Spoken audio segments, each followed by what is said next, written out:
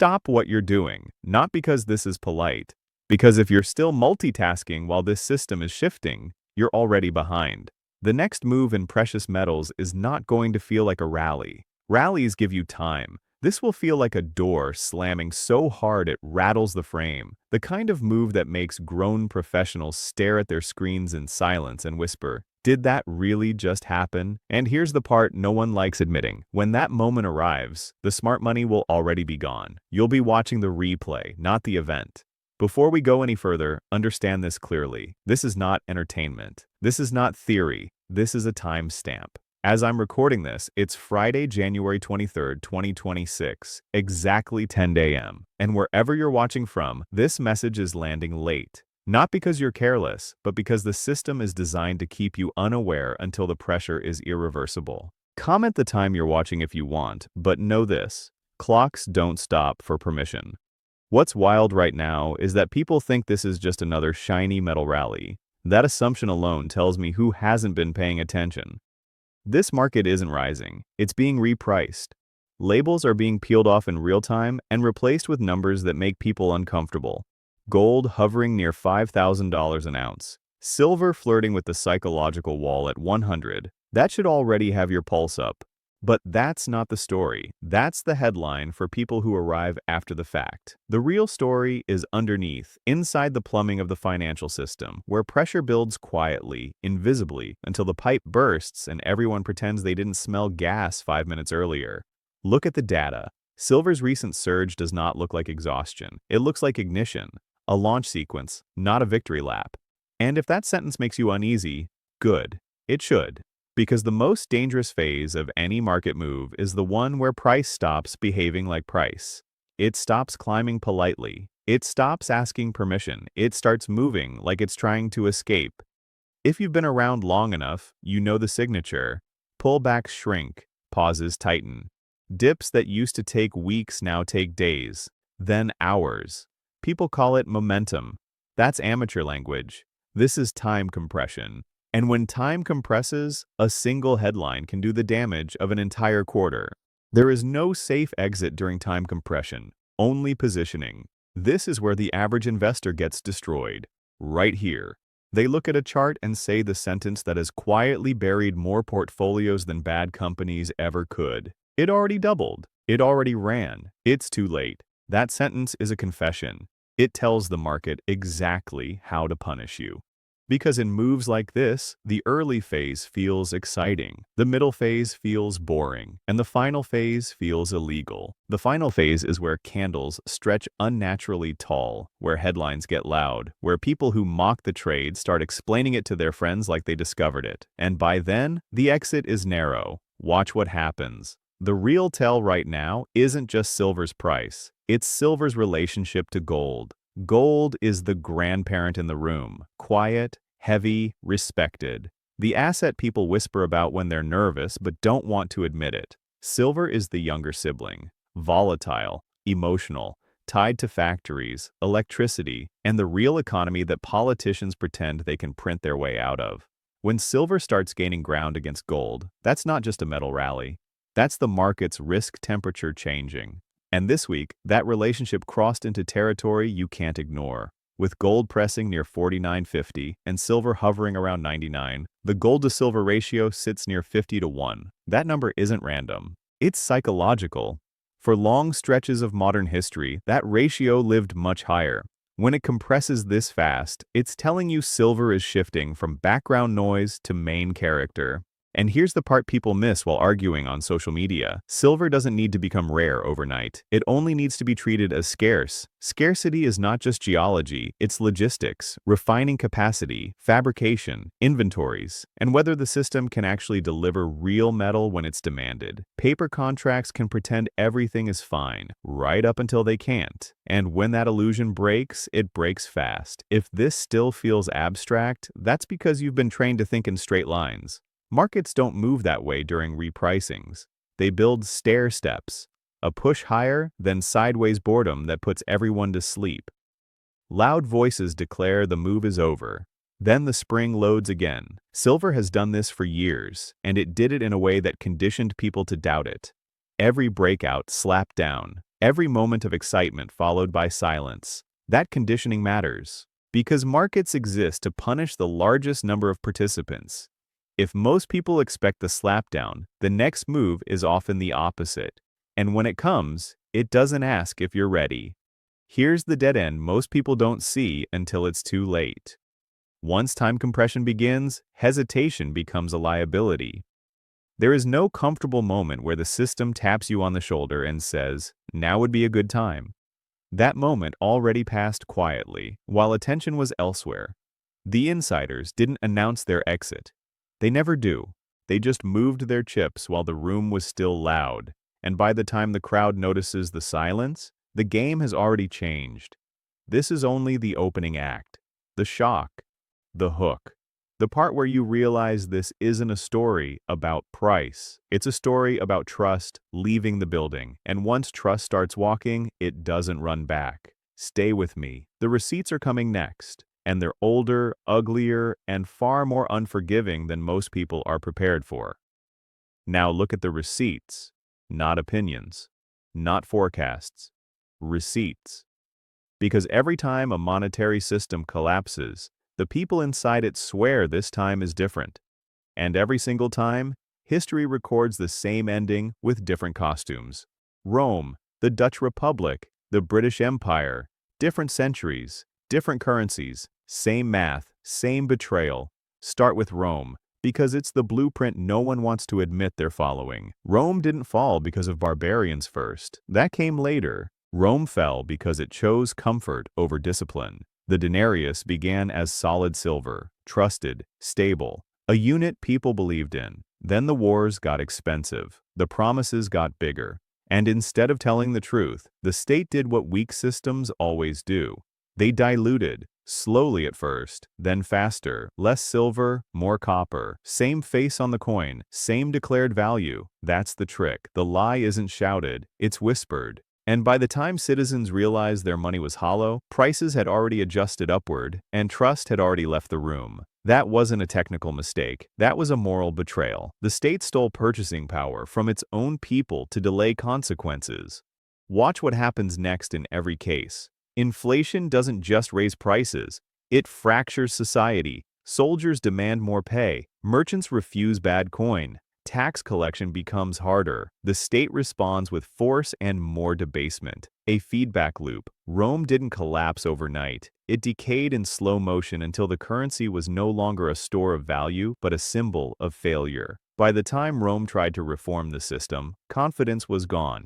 And confidence, once broken, does not negotiate. Fast forward to the Dutch Republic in the 17th century, the financial superpower of its day. Global trade, sophisticated markets, sound money reputation, and then the same disease crept in quietly. War spending, leverage, financial complexity layered on top of real economic output. For a time it worked. That's the dangerous part. It always works for a while, until debt grows faster than productivity, and paper claims multiply faster than real assets. When confidence cracked, capital fled. Not emotionally, rationally. The smart money didn't panic. It repositioned. And the empire faded, not with a scream, but with irrelevance. Then the British Empire. The pound sterling once meant something. It was gold-backed. It was trusted globally. Britain financed wars, trade, and empire on that trust. But 2 world wars changed the math. Debt exploded. Gold reserves drained. And instead of accepting a reduced role, policymakers chose inflation. The pound was devalued again and again. Bretton Woods bought time, not salvation. And when the final link to gold was severed in the 20th century, it marked the end of British monetary dominance. Not because Britain forgot how to trade, but because it chose paper promises over restraint. Again, moral failure dressed up as policy. Now stop pretending this is ancient history. Look at the data today. The receipts are here. Modern governments are running deficits that would have been considered unthinkable a generation ago. The United States alone ran roughly a $1.8 trillion deficit in fiscal year 2025. Interest costs push toward and beyond $1 trillion annually. That number matters because interest is the one expense you cannot cut without consequences. You either default, inflate, or restructure. and default is politically radioactive. So inflation becomes the quiet choice. Always. This is where the bond market enters as the villain no one wants to name. Bonds are not boring. Bonds are the skeleton of the system. Governments fund themselves with bonds. Banks post them as collateral. Pension funds depend on them for stability. When long-term yields rise sharply, it's not just a market move, it's a credibility signal. Right now, long-dated government yields across major economies are elevated and volatile. US 30-year yields hovering in the upper 4% range. UK gilts pressing into the 5% zone. Japan openly warning about instability in long-term rates. That's not noise, that's stress. Here's the dead-end line no one likes hearing. A true loss of confidence in government debt does not look like a normal crash. It looks like a regime change. Once investors question whether they'll be repaid in real purchasing power, not just nominal units, the rules change. Auctions get shaky, volatility spikes, policymakers stop talking about inflation and start talking about orderly markets. That phrase is your warning flare. Orderly markets means intervention. Intervention means liquidity. Liquidity means dilution. And this is where the math becomes unforgiving. When central banks step in to stabilize bond markets, they do it by creating currency. They can cap yields temporarily. They can calm prices for a moment. But they send a message louder than any press conference. The currency unit is being sacrificed to protect the debt market. Metals hear that message instantly. Gold doesn't argue. Silver doesn't negotiate. They respond to dilution, like fire responds to oxygen. This is why comparing today to past cycles matters. In Rome, debasement drove people toward real goods. In the Dutch decline, capital fled to safer jurisdictions and tangible assets. In Britain's fade, gold preserved purchasing power, while the pound weakened. Today, the same forces are at work, just faster and more global. The system is larger. The debt is larger. The leverage is larger, which means the unwind, when it comes, is sharper. Now layer silver into this historical math. Silver is not just money, it's infrastructure, electronics, solar, medical applications, sensors. In 2024, global silver demand hit roughly 1.16 billion ounces. Industrial demand set another record. The solar sector alone consumed around 200 million ounces, roughly a fifth of total demand depending on classification. This isn't speculation. This is usage. And unlike gold, much of this silver is dispersed, used, gone. Not sitting neatly in a vault waiting to be resold. At the same time, silver has been running structural deficits, demand outpacing supply year after year. Estimates for 2025 deficits floated near 100 million ounces. Exact numbers will be debated, but the direction is not. And here's the math most people miss. Silver supply does not respond quickly to price. A large portion of production is a byproduct of mining other metals. You don't flip a switch and get more silver. You need copper projects, lead, zinc, permitting, capital, time. And time is the one thing credibility crises do not give you.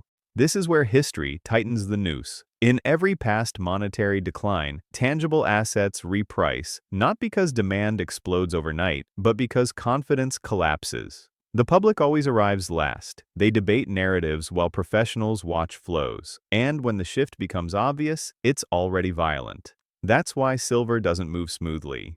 It lags, then it sprints, then it whipsaws hard enough to eject anyone without a plan. Another dead end. If you think policymakers can painlessly stabilize this system, you are betting against every precedent we have. Stabilization requires credibility.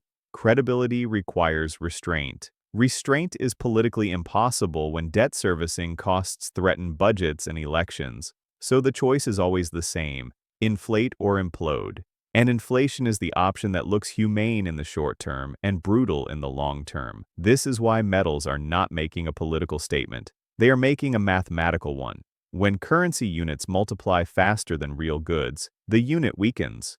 When the unit weakens, stores of value rise, not because they are expensive, but because the measuring stick is shrinking. That's the lie most people never see until it's too late. They think assets are going up. In reality, money is going down. So when you hear numbers like silver at 200, 300, 500, don't get hypnotized. Numbers are outcomes, not causes. The cause is trust erosion. The cause is debt math. The cause is policy choices that prioritize survival of the system over honesty with the public. That's not incompetence. That's intent. And here's the uncomfortable bridge to what comes next. History shows that once a system reaches this stage, the end is not negotiated. It's managed in a way that protects institutions first and individuals last. The smart money doesn't argue with that reality. It prepares, quietly, decisively, long before the crowd understands what's happening. This is not the end of the story. This is the midpoint. The math is clear, the precedent is brutal, and the final act is never gentle.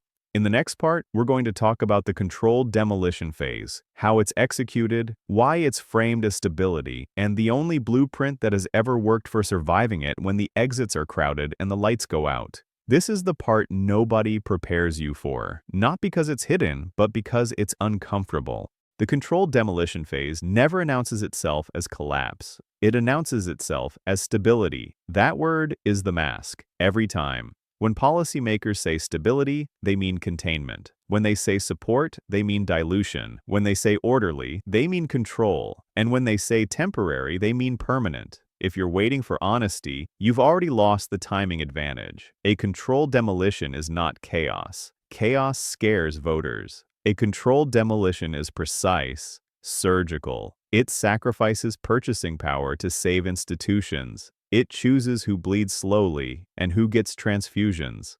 And make no mistake, this is a moral decision, not a technical one.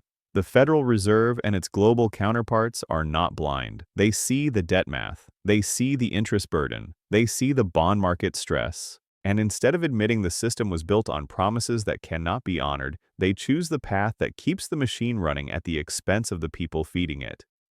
This is where betrayal enters the frame. Not incompetence, betrayal.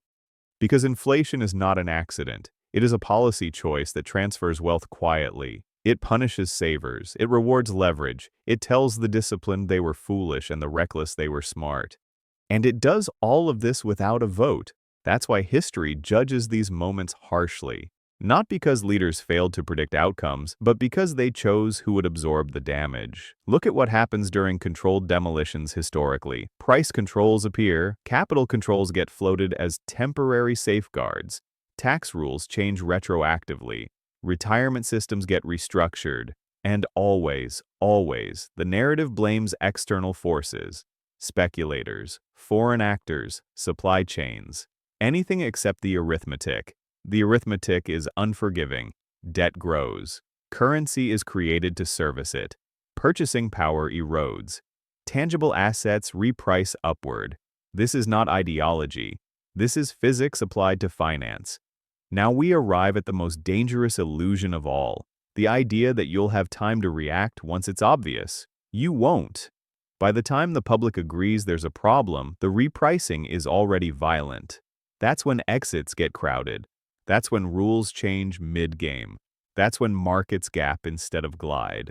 If you think you'll calmly rebalance during that phase, you're confusing fantasy with preparation. This is why metals behave the way they do in the final act. Gold moves first because it's trusted quietly. Central banks buy it without press releases. Institutions hedge with it before headlines change. Silver follows because it's thinner, smaller, and harder to source at scale. When money floods into a thin market, price doesn't negotiate. It jumps. And when it jumps, it doesn't ask who's ready. Here's the dead-end line you need burned into your thinking. In a credibility crisis, liquidity disappears exactly when you need it most. Spreads widen, premiums explode, delivery times stretch, paper prices and physical reality diverge. And that's when people realize too late that not all exposure is the same. Counterparty risk becomes visible. Promises get tested. Some fail. So what is the blueprint? Not a secret, not a hack, a mindset and a structure. And honesty matters when systems lie. Boring assets are the ones that survive funerals. Debt is another dividing line. Fixed-rate debt can be a shield. Variable-rate debt is a noose. In a crisis, credit disappears without warning. Lines get pulled. refinancing windows close. The people who survive are the ones who do not need permission to continue living their lives. Independence becomes the rarest asset of all. When credit tightens, dependence becomes fatal.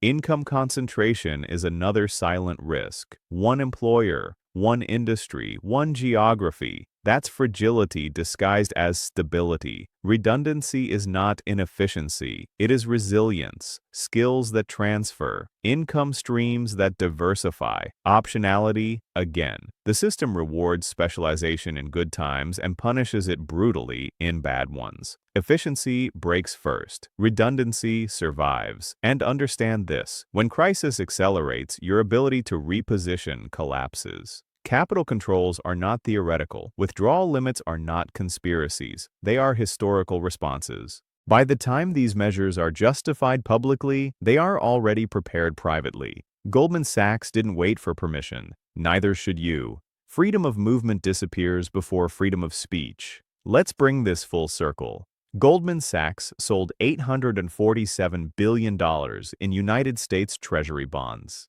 Not out of panic, out of calculation. They see a government trapped by its own debt. They see interest costs spiraling beyond political control. They see foreign buyers backing away.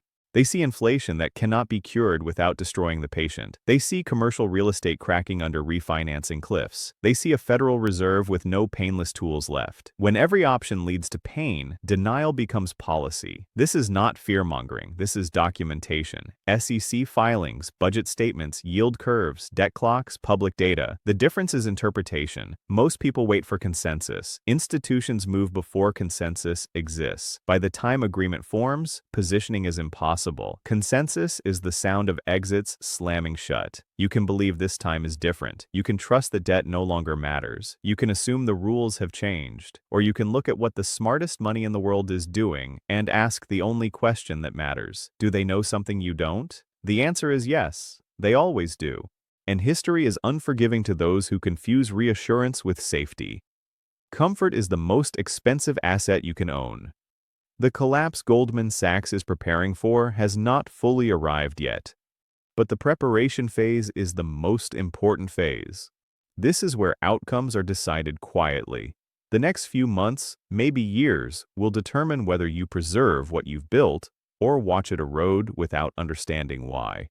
The warning shot has already been fired. The smart money has already moved. This is not about panic. It's about positioning. Wealth is not destroyed in crises. It is transferred.